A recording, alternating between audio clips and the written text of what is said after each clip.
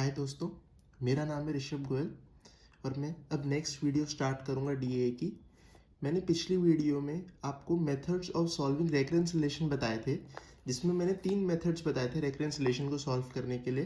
पहला मेथड था हमारा सब्स्टिट्यूशन मेथड, दूसरा मेथड था हमारा रेकर्सिव ट्री मेथड और तीसरा था हमारा मास्टर थ्योरम के साथ।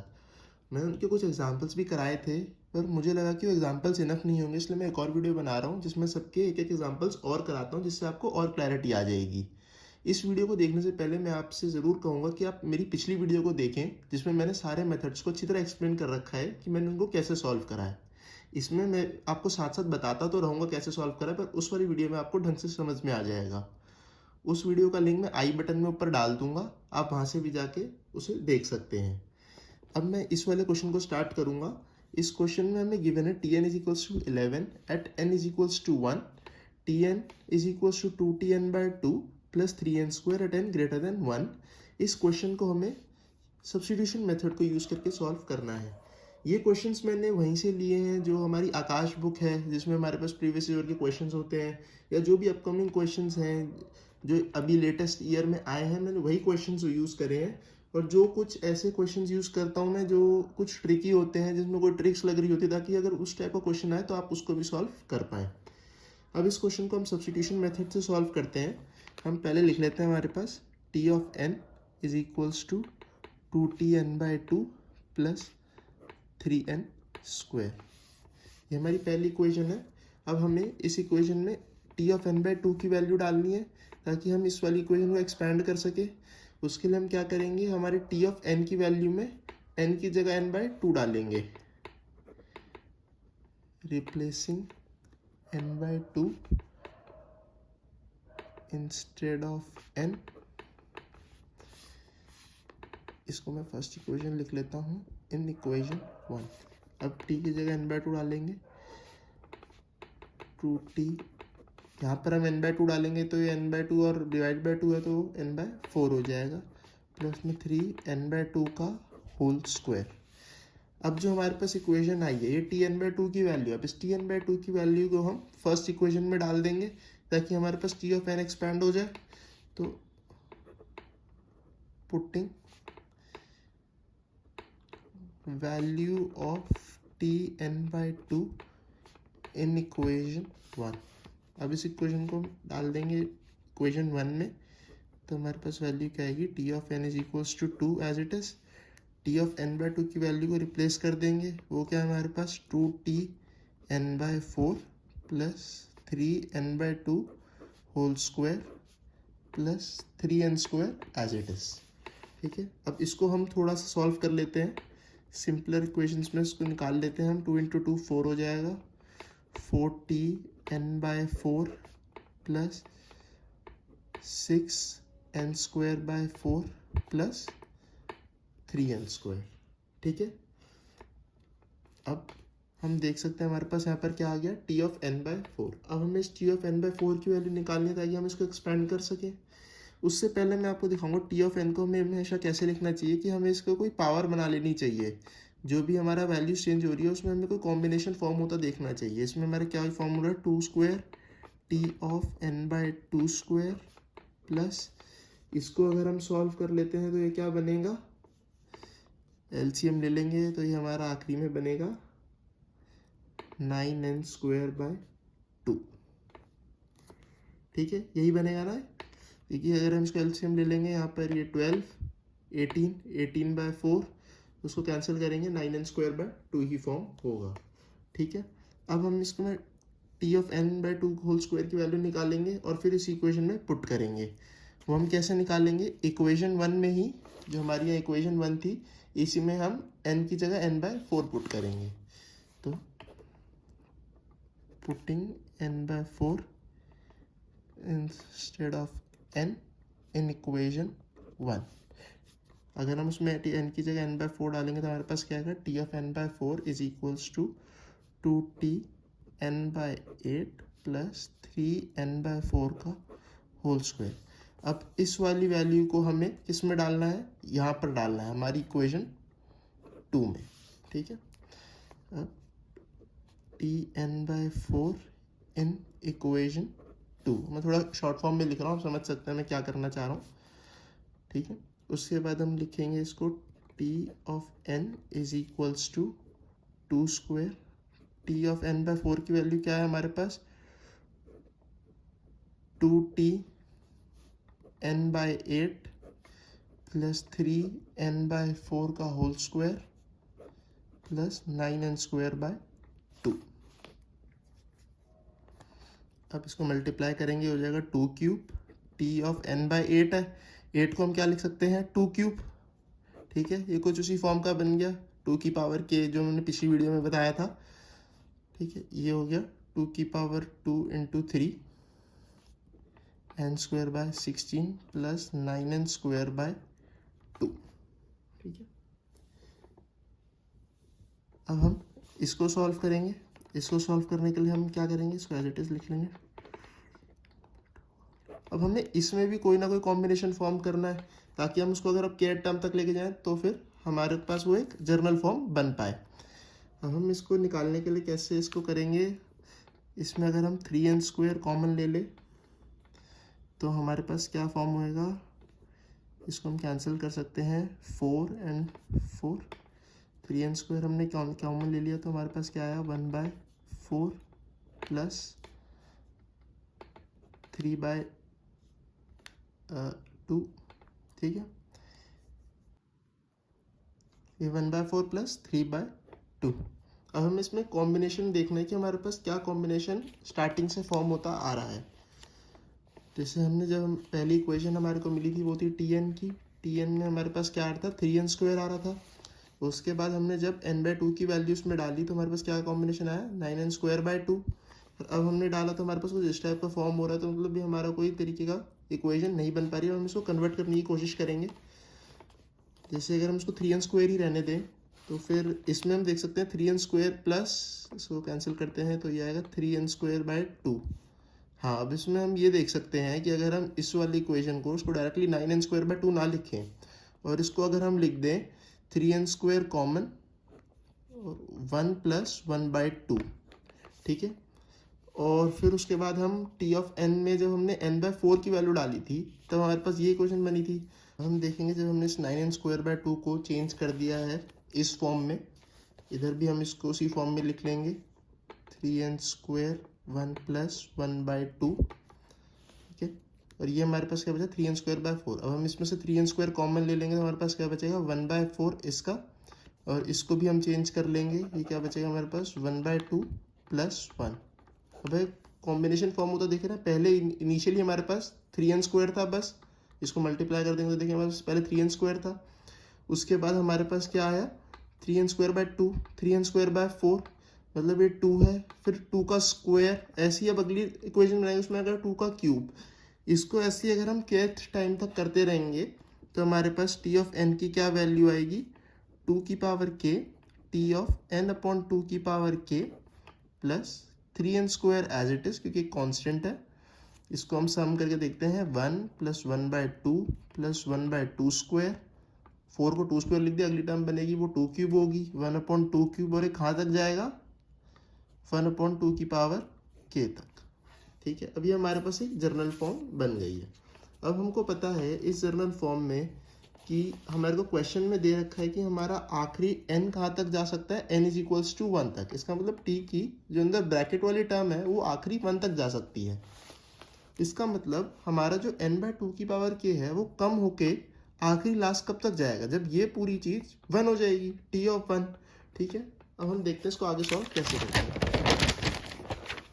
ये हमारी इक्वेशन थी, हम देखते हैं इसको आगे सॉल्व कैसे करते हैं। इसको अभी हम एज इट इज लिखने रहने देते हैं, अभी हम इस इक्वेशन पे फोकस करते हैं कि हमें इस वाले पार्ट को कैसे सॉल्व करना है। इसको हम लिखेंगे 3n स्क्वायर, ये हमें समझ में आ रहा है कि ये एक जीपी फॉर्म हो रही है जिसमें हमारे पास रेशियो क्या है 1/2 का, क्योंकि हमारा हर टर्म के बाद 1/2 से मल्टीप्लाई होता जा रहा है। इसका मतलब हमारा जो जीपी है उसमें हमारा आर क्या होगा 1/2। जीपी का सम अगर आपको पता हो, सम ऑफ जीपी क्या होता है a इंटू 1 माइनस आर की power n upon 1 minus R, जिसमें a क्या होता है हमारा फर्स्ट टर्म होता है, r होता है हमारा रेशियो, जो मैंने भी आपको बताया कि एक टर्म से दूसरी टर्म पे जाने में हमारे पास क्या रेशियो फॉर्म हो रही है, और फिर उसके बाद n होता है हमारी नंबर ऑफ टर्म्स कितनी है, इस केस में हमारे पास नंबर ऑफ टर्म्स कितनी है हमारी k। ठीक है, अब इसको हम फॉर्मूले में डालते हैं। पहली टर्म है हमारी 1 माइनस r क्या आता है 1/2 की power k upon 1 minus 1/2, 3n² as it is. यहाँ 1 माइनस 1/2 क्या होता है 1/2, और इसको हम लिखेंगे अभी एज इट इज ही 2 की पावर k। ठीक है, 2 ऊपर चला जाएगा तो यहाँ पर हो जाएगा 6n², 1 माइनस 1/2 की पावर k। यहाँ पर ये एज इट इज ही था, t ऑफ n अपॉन 2 की पावर k। इसमें हमने कोई चेंजेस नहीं करे, ये एज इट इज ही था।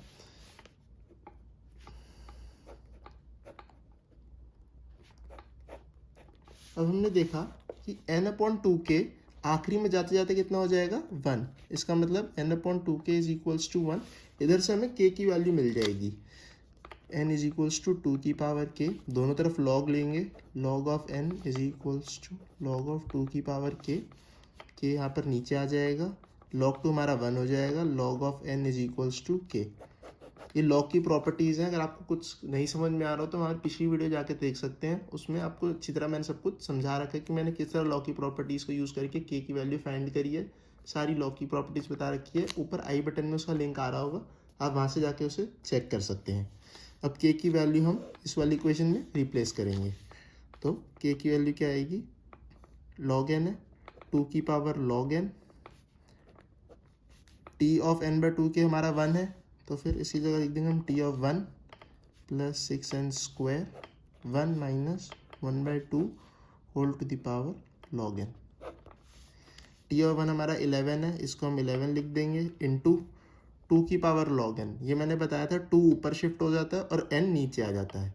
log 2 फिर हमारा क्या हो जाएगा 1 हो जाएगा। चलो मैं एक बार एक स्टेप और लिख के दिखा देता हूँ आपको, n की पावर log 2 प्लस 6n²। इसमें भी हमारा क्या होगा 1/2 है, इसको मैं लिख सकता हूँ 2 की पावर -1 की पावर log n। ठीक है, log 2 हमारा 1 हो जाएगा और ये n रहेगा, 11n प्लस 6n²। ये हमारा माइनस इसके साथ मल्टीप्लाई हो जाएगा, 1 minus 2 minus of log n। अब उसके बाद हम इस माइनस को इसके ऊपर भी लेके जा सकते हैं -1। ठीक है, 11n प्लस 6n², 1 माइनस, और 2 को भी हम इंटरचेंज कर सकते हैं। मैं एक ही स्टेप में कर देता हूँ ये सब कुछ। हम पहले माइनस को n के ऊपर लेके जाएंगे, n की पावर -1 फॉर्म हो जाएगा, और फिर n की पावर -1 को हम नीचे ले आएंगे और 2 ऊपर ले जाएंगे, और log 2 हमारा फिर क्या हो जाएगा 1 हो जाएगा। इसका मतलब हमारे पास यहाँ क्या रहेगा n की पावर -1। ठीक है, n की पावर -1 क्या होता है 1 अपॉन n, LCM लेंगे तो ये आएगा हमारे पास 11n plus 6n, n minus 1 upon, नहीं n तो कैंसिल हो गया। ठीक, इसको मल्टीप्लाई करेंगे 11n plus 6n² minus 6n, 6n² plus में 5n। अब मैंने आपको बताया जो भी हमारे पास लास्ट टर्म आती है उसमें हमारे को हमसे सबसे डोमिनेटिंग टर्म फाइंड करनी होती है और वही हमारा आंसर होता है। इसमें हमारी सबसे डोमिनेटिंग टर्म कौन सी होगी n² की। क्यों, क्योंकि n² बड़ा होगा n से, ये कांस्टेंट है इसलिए हम इसको रिमूव कर सकते हैं। इसका मतलब हम फिर लिख सकते हैं t of n is big O of n²। ठीक, ये काफ़ी कैलकुलेटिव मेथड था। कई बार इस टाइप के क्वेश्चंस पूछ लेते हैं एग्जाम में 5 पॉइंटर्स में, तो इस तरीके से आप इसको सॉल्व कर सकते हैं। अब नेक्स्ट एग्जाम्पल में आपको दिखाऊंगा रिकर्सिव ट्री मेथड का।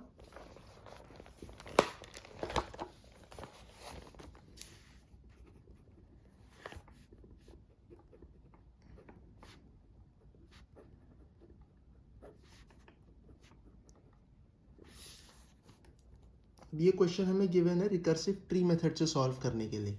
अब इस क्वेश्चन में आप देख सकते हैं बाउंड्री कंडीशन नहीं गिवन, तो हमें पता है कि हम आखिरी स्टेप तक जाएंगे हमें बाउंड्री कंडीशंस की नीड होती है।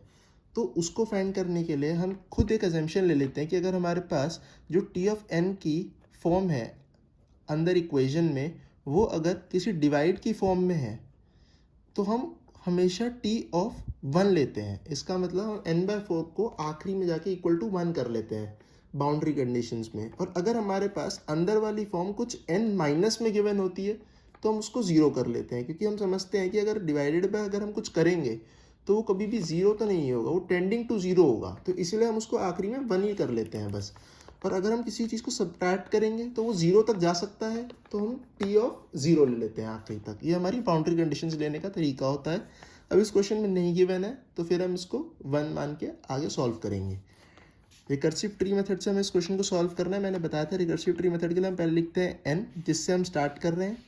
फिर उसके बाद हम देखते हैं हमारा n कितने में डिस्ट्रीब्यूट हो रहा है, 3t ऑफ n/4 में। हमारा n टूट रहा है 3 n/4 में, 1 2 3। और इसमें डिस्ट्रीब्यूट होने के लिए हमारे को कॉस्ट क्या लग रही है, cn²।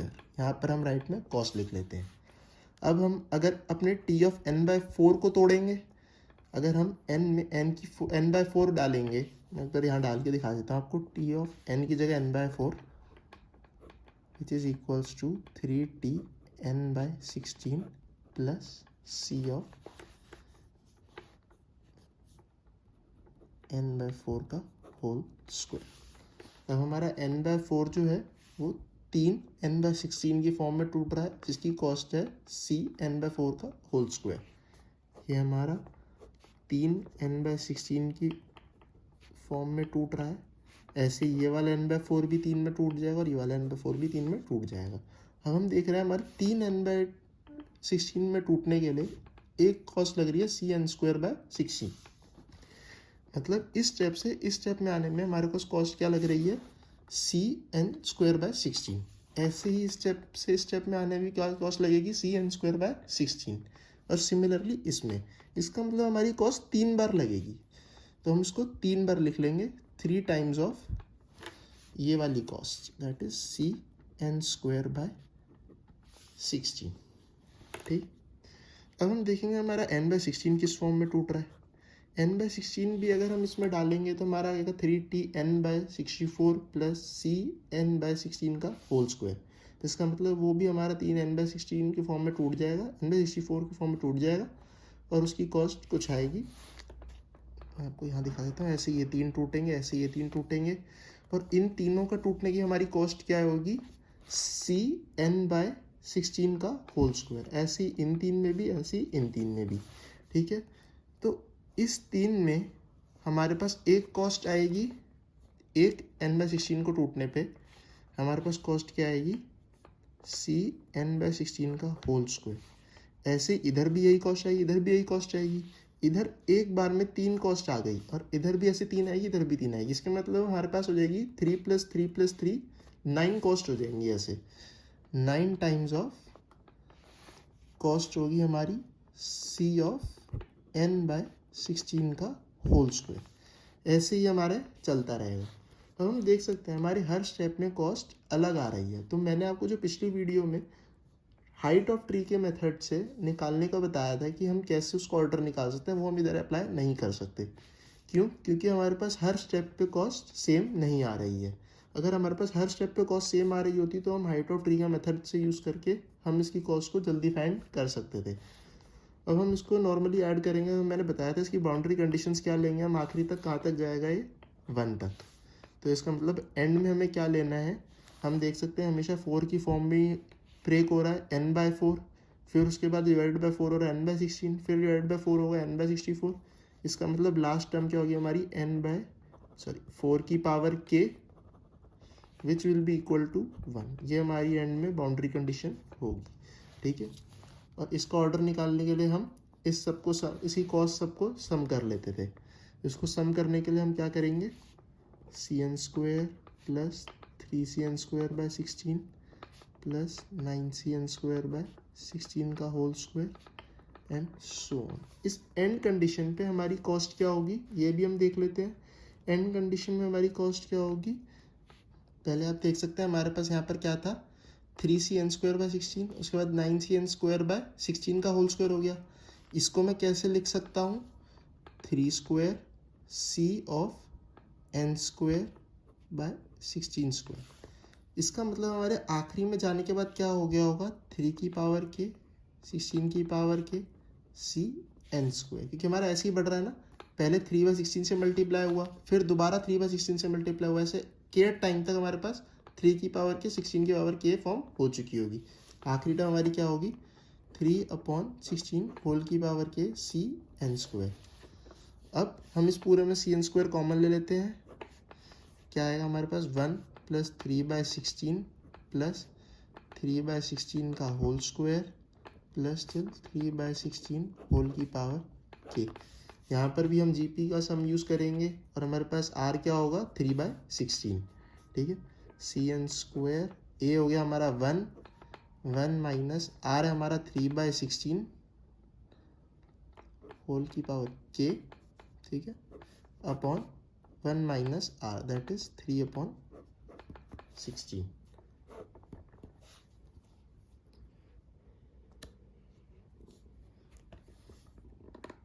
अब इसको सॉल्व करेंगे हम, c n square 16 minus 13 16/13 1 minus 3/16 whole the power के। इधर से हम इस कंडीशन से के की वैल्यू निकाल सकते हैं। के की वैल्यू हमारी कैसे निकलेगी, n इज इक्वल्स टू 4 की पावर के, दोनों साइड लॉग लेंगे, log n is equals to k log 4।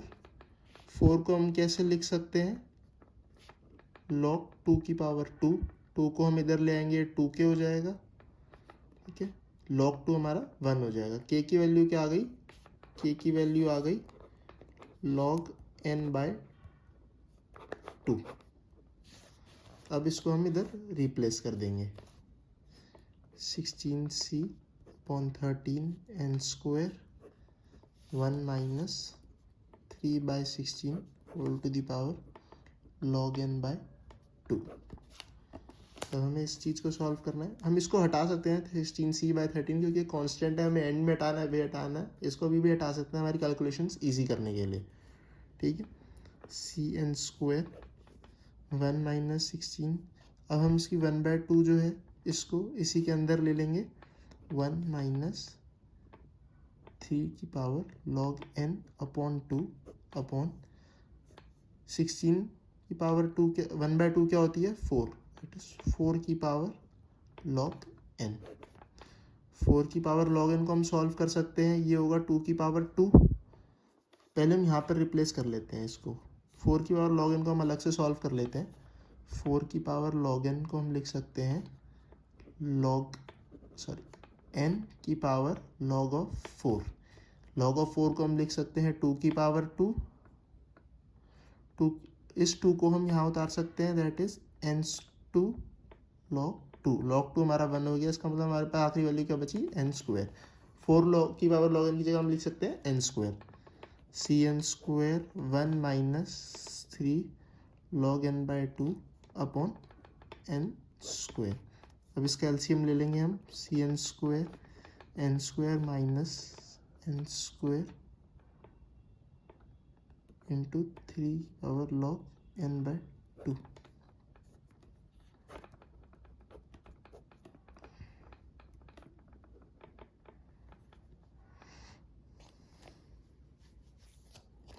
हम इस सी को भी हटा सकते हैं वैसे तो, क्योंकि कांस्टेंट ही है। एक सेकेंड, कुछ तो इशू है, हाँ ये n स्क्वायर यहाँ नहीं आएगा, हमने जब एलसीएम यहाँ लिया था n square minus 3 as it is आना था, 3 की power log n/2, n square नहीं आएगा, 3 की पावर log n/2 बस, ये हमारा फॉर्म बचेगा। अब हम देखते हैं 3 की पावर log n/2 को हम कैसे सॉल्व करेंगे। 3 की पावर log n/2 को हम ऐसे सॉल्व करेंगे कि 1/2 log ऑफ n। अब इस 1/2 को हम n की पावर में शिफ्ट कर देंगे, 3 की पावर log n की पावर 1/2। अब हम इस पूरे n की पावर 1/2 को 3 के साथ रिप्लेस कर देंगे, n 1/2 इंटू log ऑफ 3। ये हमारा फॉर्म बना था। n स्क्वायर, सी को हम हटा सकते हैं, n स्क्वायर माइनस n, इसको मैं लिख दूंगा log 3/2, ठीक है। अब इस log 3/2 की वैल्यू को हम फाइंड करेंगे तो ये कुछ 0.8 के अप्रॉक्स आएगी। n स्क्वायर माइनस n की पावर 0.8 कुछ 0.79 है अप्रॉक्स 0.8। अब मैंने बताया था आपको हमें सबसे मैक्सिमम टर्म लेनी होती है, सबसे डोमिनेटिंग टर्म लेनी होती है। इन दोनों में सबसे डोमिनेटिंग कौन है? n square. इसका मतलब हमारा t ऑफ n किस ऑर्डर का हो जाएगा? n स्क्वायर ऑर्डर का हो जाएगा। अब मैंने और भी लोगों को इस क्वेश्चन को सॉल्व करते देखा है। मैंने उनको देखा है कि वो जो हमारी यहाँ पर सीरीज़ बनती है वो इस सीरीज़ को as a infinite GP treat करते हैं। मेरे को नहीं समझ में आता वो ऐसे क्यों करते हैं। मेरे हिसाब से वो बिल्कुल गलत है, क्योंकि हमारी कुछ केयर टर्म तक ये जा रही है, हमें नहीं पता वो केयर टर्म इनफाइनाइट तक जा रही है या नहीं जा रही। वो क्वेश्चन को ईजी करने के लिए उसको इनफाइनाइट टर्म तक ले जाते हैं, पर वो एक सही मेथड नहीं है। ये सबसे सही मेथड है, हम इसको as it is as a normal GP treat करेंगे, उसका सम फाइंड करेंगे और फिर उसके बाद जब उसका सम फाइंड करने के बाद हमारे पास जो वैल्यू आती है हम उसको देखते हैं कि वो हमारा n स्क्वायर से छोटी है। n स्क्वायर से छोटी होने की वजह से ही हम उसको सिर्फ n स्क्वायर को ही लेते हैं और वही हमारा ऑर्डर फॉर्म होता है। वो मेथड बिल्कुल सही नहीं है कि हम उसको as a infinite GP treat करें। मेरे ख्याल से जो भी टीचर्स होंगे वो भी इसको सही ट्रीट नहीं मानेंगे। अब नेक्स्ट क्वेश्चन मैं आपको दिखाता हूँ, वो एक मास्टर थ्योरम का क्वेश्चन है। t of n is equals to 2tn/2 plus n square log of n। इसमें मैंने काफ़ी मुश्किल टाइप के क्वेश्चंस लिए थे इस वीडियो में, ताकि आपको हर टाइप के क्वेश्चंस में क्लैरिटी हो कि इस टाइप के क्वेश्चंस भी एग्जाम में पूछे जा सकते हैं और हमें उसको कैसे सॉल्व करना है। अगर मैं इसमें आपको ढंग से नहीं समझा पाया कि कैसे पूरे मेथड की सॉल्विंग करनी है तो आप मेरी प्रीवियस वीडियो देख सकते हैं, उसमें मैंने हर मेथड को ब्रीफली एक्सप्लेन कर रखा है। ये नेक्स्ट क्वेश्चन है, इसमें भी हमें कंडीशन नहीं गिवन है, हमारी बाउंड्री कंडीशन नहीं गिवन है, तो हम t ऑफ 1 को हम बाउंड्री कंडीशन लेंगे क्योंकि n हमारा किसी डिवीजन फॉर्म में है। ठीक है, ये हमें मास्टर थ्योरम से सॉल्व करना है। कई क्वेश्चनों में यहाँ पर एज एन ऑर्डर ऑफ यूं भी क्वेश्चन गिवन होता है, तो हमें नहीं घबराना है। ये हमारा नॉर्मल एज इट इज हमें ट्रीट करना है, n स्क्वायर log n। ठीक है, मैंने मास्टर थ्योरम में बताया था हमें a की वैल्यू फाइंड करनी होती है, b की वैल्यू फाइंड करनी होती है, k की वैल्यू फाइंड करनी होती है और p की वैल्यू फाइंड करनी होती है। a हमारे इसमें क्या है? 2 है। b है हमारा इधर 2, ये a है, ये b है। k की वैल्यू हमारी n की पावर होती है, वो भी हमारी क्या है? 2, और p की वैल्यू हमारी क्या है? 1।